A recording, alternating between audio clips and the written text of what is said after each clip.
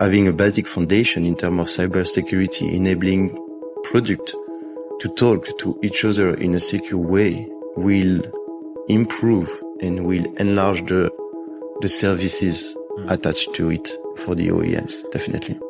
CRA is opening now the way to almost hardware as a service, which means that people are not simply selling hardware. They're also subscribing customers to maintenance of that hardware more and more in some verticals.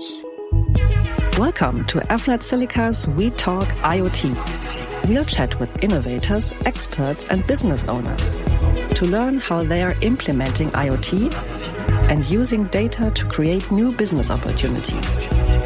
I am your host, Stephanie Ruth-Haydock.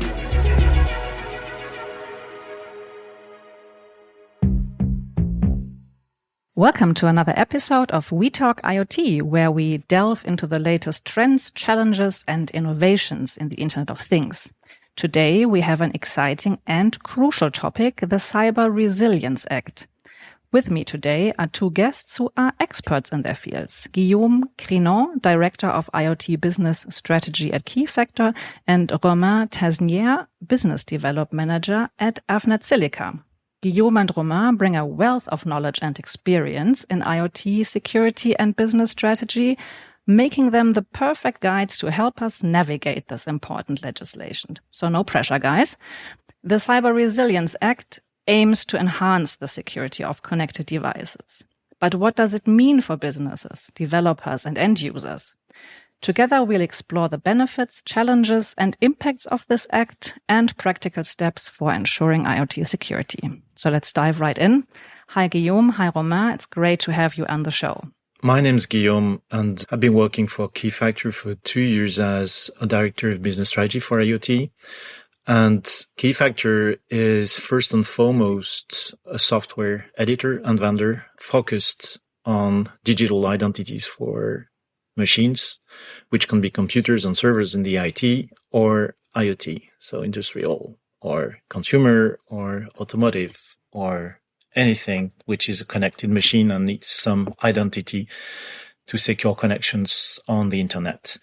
Keyfactor also sells software that help our customers to sign firmware releases, and we'll touch that point during the conversation.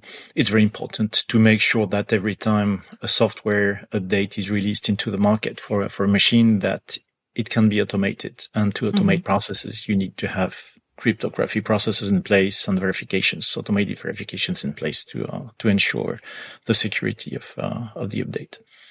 So I'm here at Keyfactor to focus on the IoT market within a small team, which is transversal to the company. And I bring almost 10 years in experience in security. And my first background was chip design, where I started with NXP when it was still called Philips Semiconductor at the time, across many companies, including my own, Silicon Labs, and others, who designed chips for various markets at the time.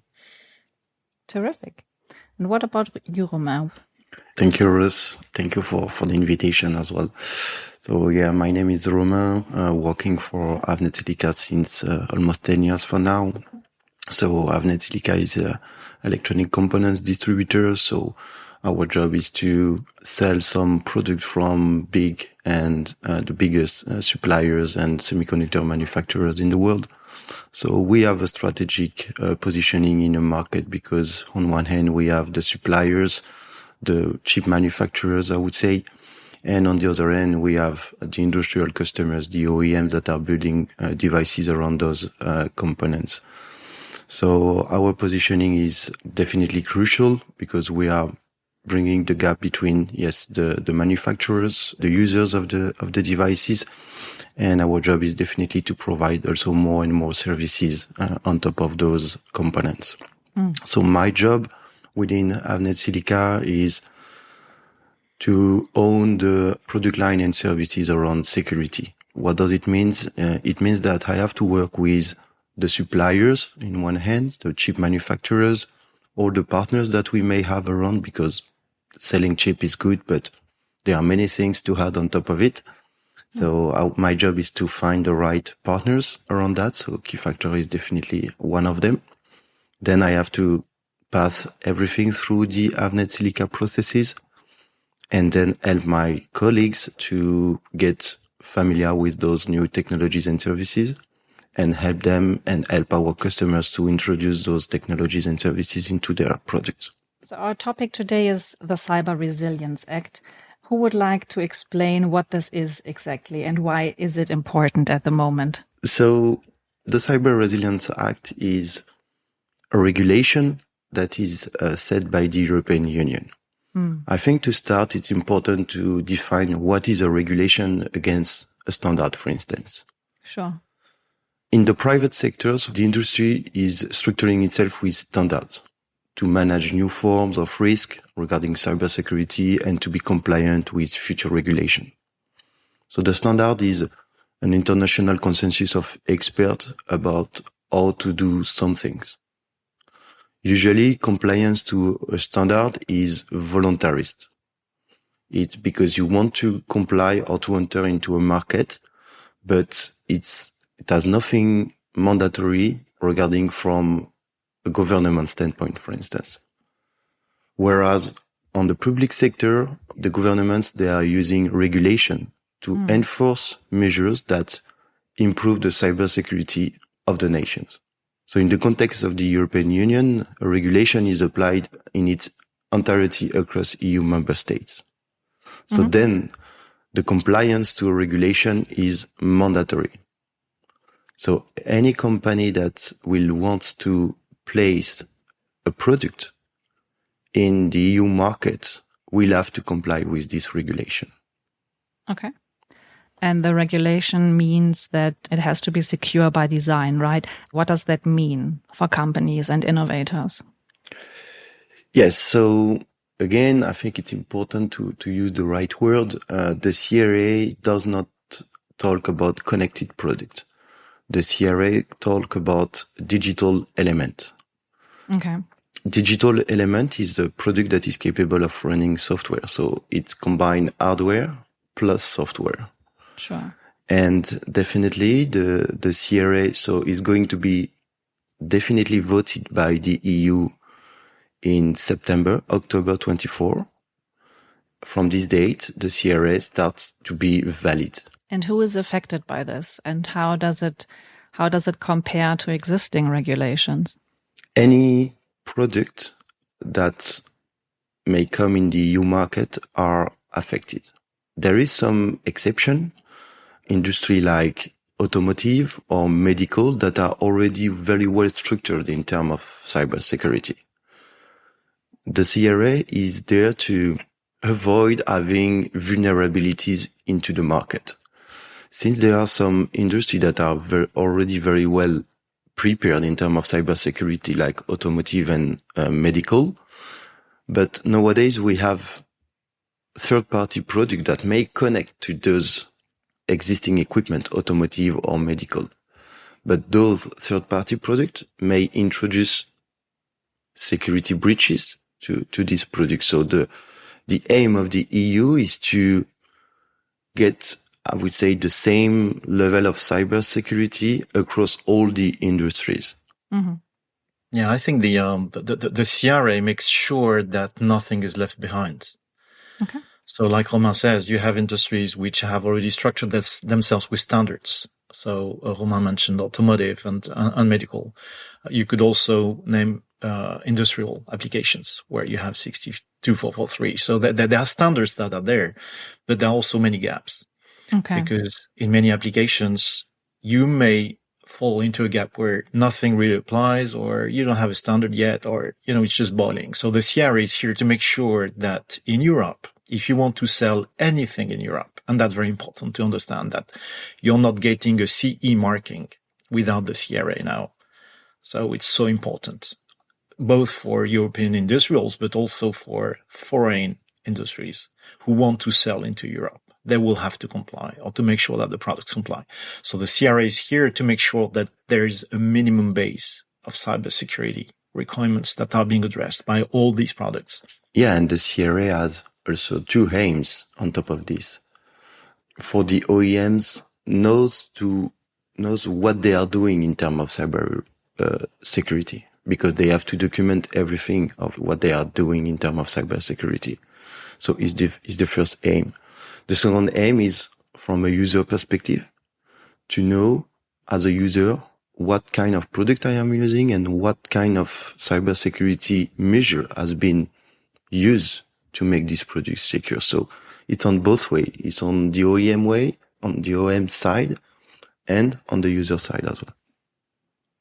Yeah, so the benefits obviously are having secure products and making sure that also as an OEM that I don't buy something that puts me in the risk of then having an unsecure product myself, right? Are there any challenges to it? Sure. Many. A bit. A tiny bit. Yes. A tiny bit. So like Romain says, implementing CRA is a bit of a journey. So it will start every time you design a new product for the market. The OEM will need to conduct a self-assessment or a third-party assessment for cybersecurity on that product. So to make sure that every single angle of product usage and cybersecurity are connected. So how can someone hack my product, or how can someone use my product to do something that I have not planned and maybe hurt something else? So it's both direct and indirect cybersecurity with the product. So it's very important to start with that assessment, security assessment, and it's mandatory to document it. Because sometimes, it's very different if you're designing a very cheap product for the consumer market, like a 50 euro small appliance, compared to an industrial appliance that can be worth 10,000 or 50,000 euros. It's very different. And you understand that you won't have the same budget and the same money to put into cybersecurity for both markets. But the assessment phase is here to address that. So you get to understand exactly what market you're addressing, the risk that you're facing, and then you make decisions. Okay. You make decisions about the level of security you want to embed, and then you're being transparent because you're documenting, you're declaring, and all your customers, so they can be consumers like you and me, or they can be also industrials that buy your subsystem to make something bigger. And they have to know and understand exactly what you've done. So you have to be transparent on everything you do. And I think that's the most important, and that's the most interesting as well. So the CRA is not making mandatory to reach the highest level of cybersecurity all the time. It's just asking you to be honest with what you want to reach and to be transparent with your customers and users.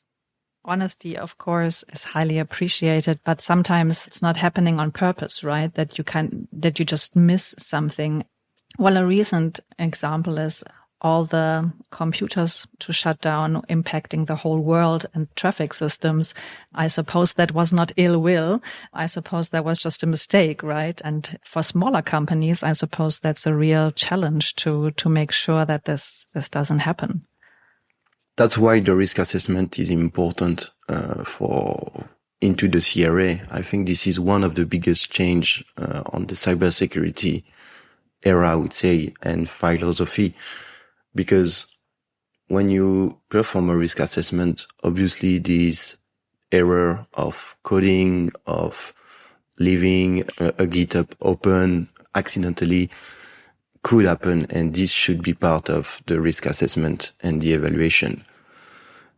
As Guillaume said, the CRA does not intend to remove all the vulnerabilities in the market.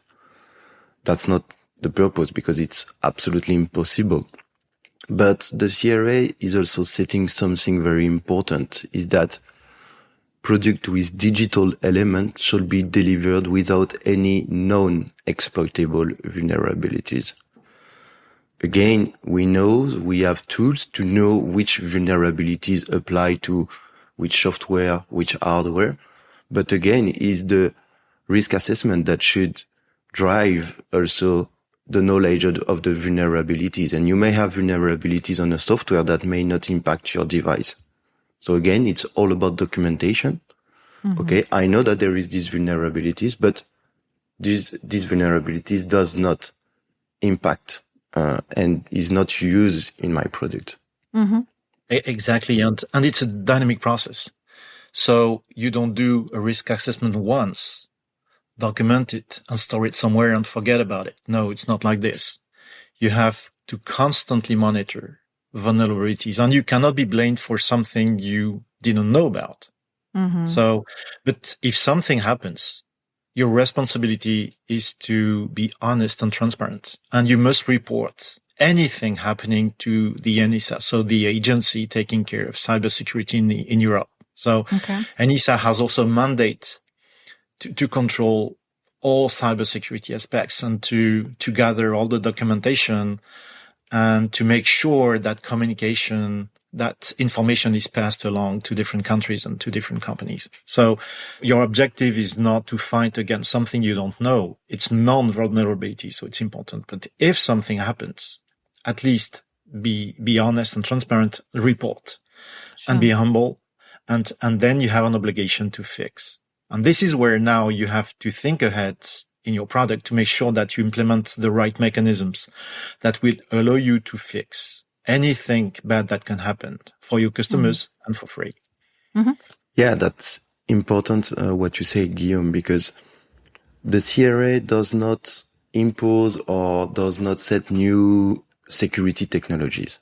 It's all about good practices using technologies that already exist. The CRA is setting some requirement in terms of device authentication, but then you can use one-way or two-way authentication, TLS, certificate-based authentication, pre-shared keys authentication, token-based authentication.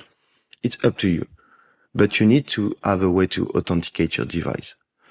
The same, you need to protect the integrity of the stored and the transmitted data. You need to protect the confidentiality also of the stored and the transmitted data. That's important. And there is already some mechanism existing for it. And coming back to the point of Guillaume, to be able to upgrade and to fix a potential security breach that may happen, there is this upgrade mechanism that is mandatory. It's not OTA mandatory over the year. It's upgrade mechanism. Whatever the way you are upgrading the firmware, the security protocol, is it wired OTA? Actually, we don't care. We just need a way to be able to upgrade the security of your product, of your software design over the time of the product will be in the market. That's important. Exactly. And it can even be sending somebody to do it, right? Yeah. So if your product is so expensive that you can afford to do this, maybe you may decide to do it and not have your product connected to some over-the-air software update platform.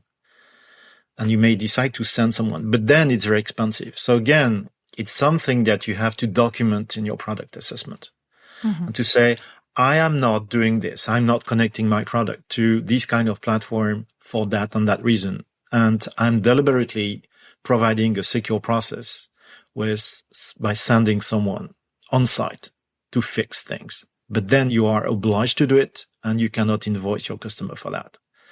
So again, it ties into your business plan. It's just a set of guidelines, and the way you do things is completely up to you. But again, transparency rules. Do you have some examples of how the Cyber Resilience Act has impacted specific industry or specific companies? We have lots of customers impacted by the CRA coming to us and asking for tools to implement stronger identities into their products. So that's for one. Until very recently, many products would maybe use the same token key string to connect and to authenticate maybe to an IoT platform. And that was never renewed. And that was not a strong identity, or they would use a generic digital certificate from a silicon vendor to do that. But again, it's a very wide circle of trust. If you want to restrain your circle of trust to your own assets, you need specific tools to do that. It's easy, it's doable. But so we have customers coming to us with that in mind. So in industrial IoT, in transportation systems and consumer products. So one very interesting example is what's happening to the consumer market. There's an emerging standard, and here I'm linking back to what Romain was saying as an introduction between a regulation and a standard. So the consumer electronics market for home automation is now rallying behind a standard called Matter. And that standard, Matter, is a very strong cybersecurity standard for home automation, which mandates the use of digital certificates on public infrastructure for OEMs. So again, OEMs who now want to get into that market have to do it. And guess what? By doing so, they are compliant with the CRA. Or we also have customers that explain to us, well, we sign our software so that we know that only our software can run on the machines that we sell to our customers. And no ROC software can be pushed to our hardware. And then our customers are safe. But the way they do it, the way they sign, the way they store that very, very important signing key, which is the most important asset they have maybe in the company, the way they do it is not perfect. And they come to us so that we can help them with tools and implementation that improves access to the keys, so that you can define which engineer from which division has access to which signing key. And when that engineer is using the key to sign something, automatically the usage is logged into something. Mm-hmm. And that logbook cannot be compromised and can be used, in an audit, for instance. If something happened, the company can say, well, look, this is how we're doing it. And this is what has been signed with this key. And here we know exactly who has access to the key to do what. So maybe there's a problem, but we can be fully transparent and honest with you because we're keeping the books and they're very accurate. Mm-hmm. So yes, we have many customers coming to us to set themselves in compliance with these forthcoming CRA in many industries. Mm-hmm.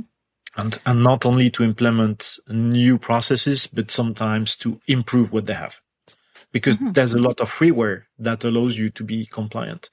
But again, it's all about the way you do it. We will take a short break. Stay with us. We will be hearing from our guests very shortly. This podcast is brought to you by Avnet Silica, the engineers of evolution. We help you bring secure, intelligent, and connected products to market. If you want to learn more about us, we have put information and links in this episode's show notes, and you can also connect with us on LinkedIn or avnet-silica.com. That's avnet-silica.com.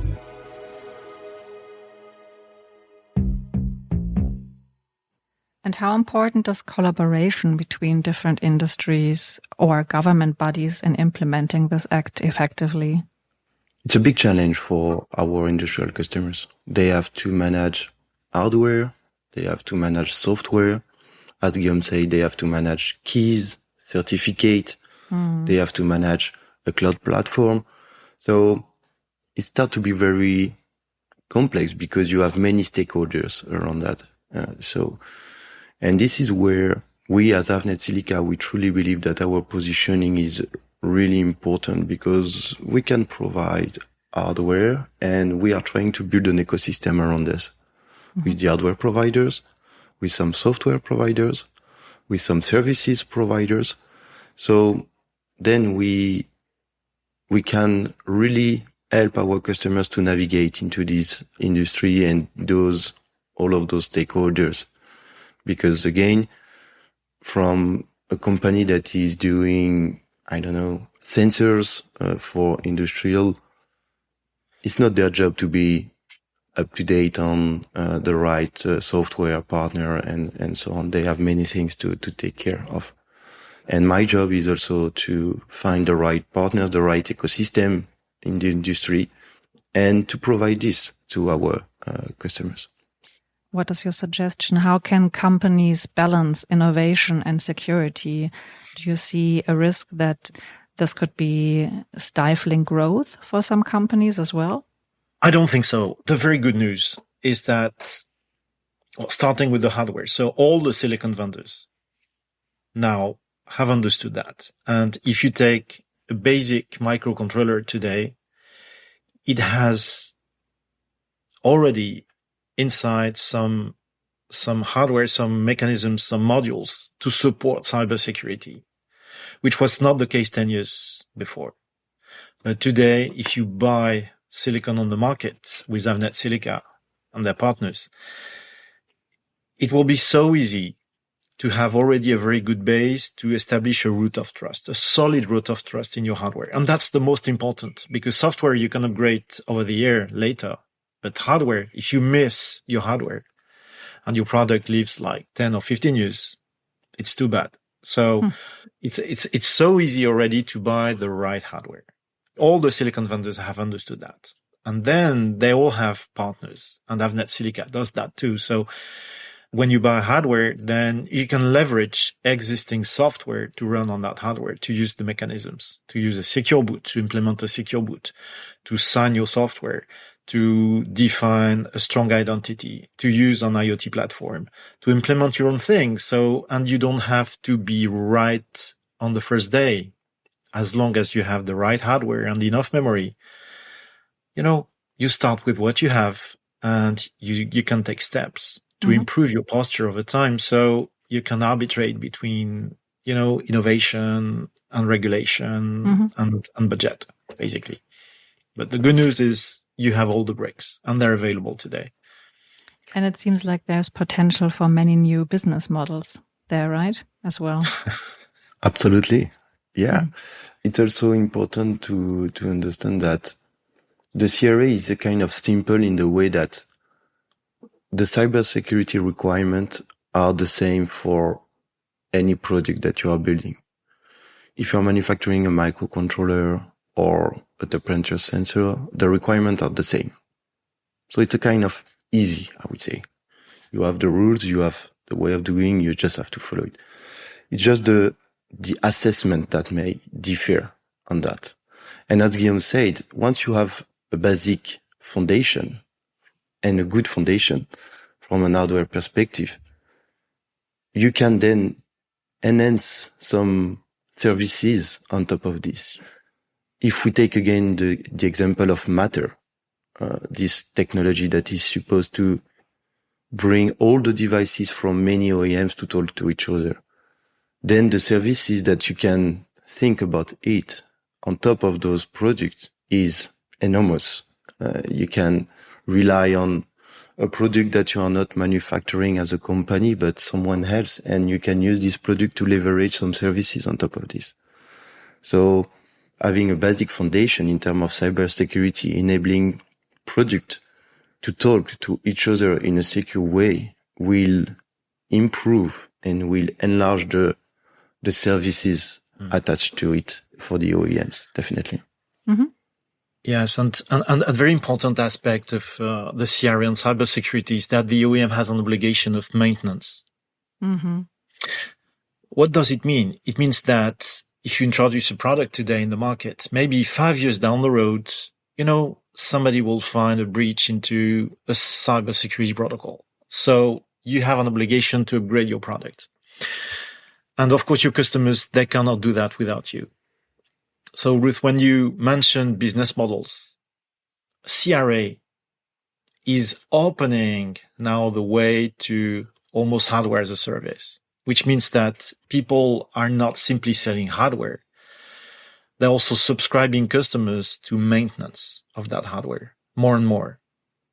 In some verticals, we're seeing that happening. So we see, for instance, in smart metering, in the metering market, now we see smart meter manufacturers not only manufacture smart meters, but sell to utilities or have utilities subscribe to hardware and maintain hardware. And even some meter manufacturers try to resell our products. So cybersecurity products and public infrastructure to their utility customers. So we see those OEMs growing and having more ideas just because one aspect of cybersecurity is making sure that you are capable to upgrade the product over time. And you are capable to maintain that. So we also see that in EV charging, Romain. Many vendors of EV charging infrastructure today, sometimes they sell to small communities. And those small communities, they don't have the knowledge, they don't have the people, they don't have much to maintain the hardware.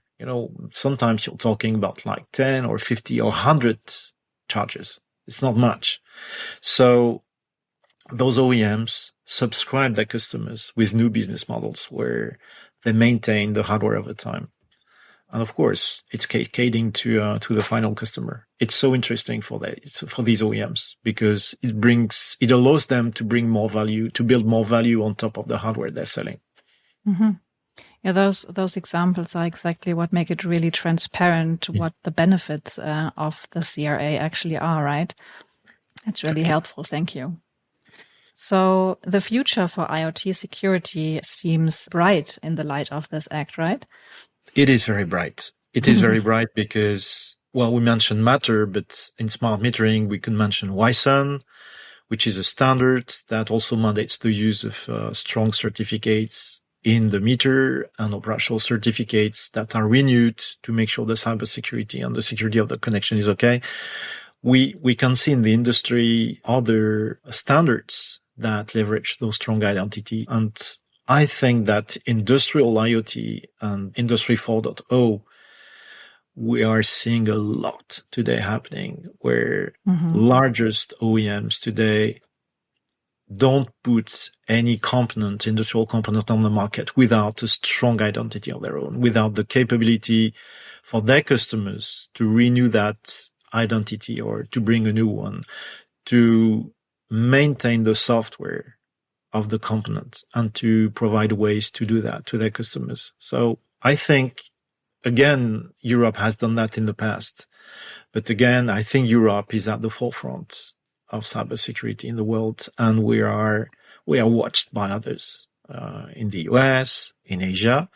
I think that's my opinion, that the CRA will just spread to other continents just the same. So it will be called something else, but the idea will be there. And I think it's very, very good news for our industry and the world altogether.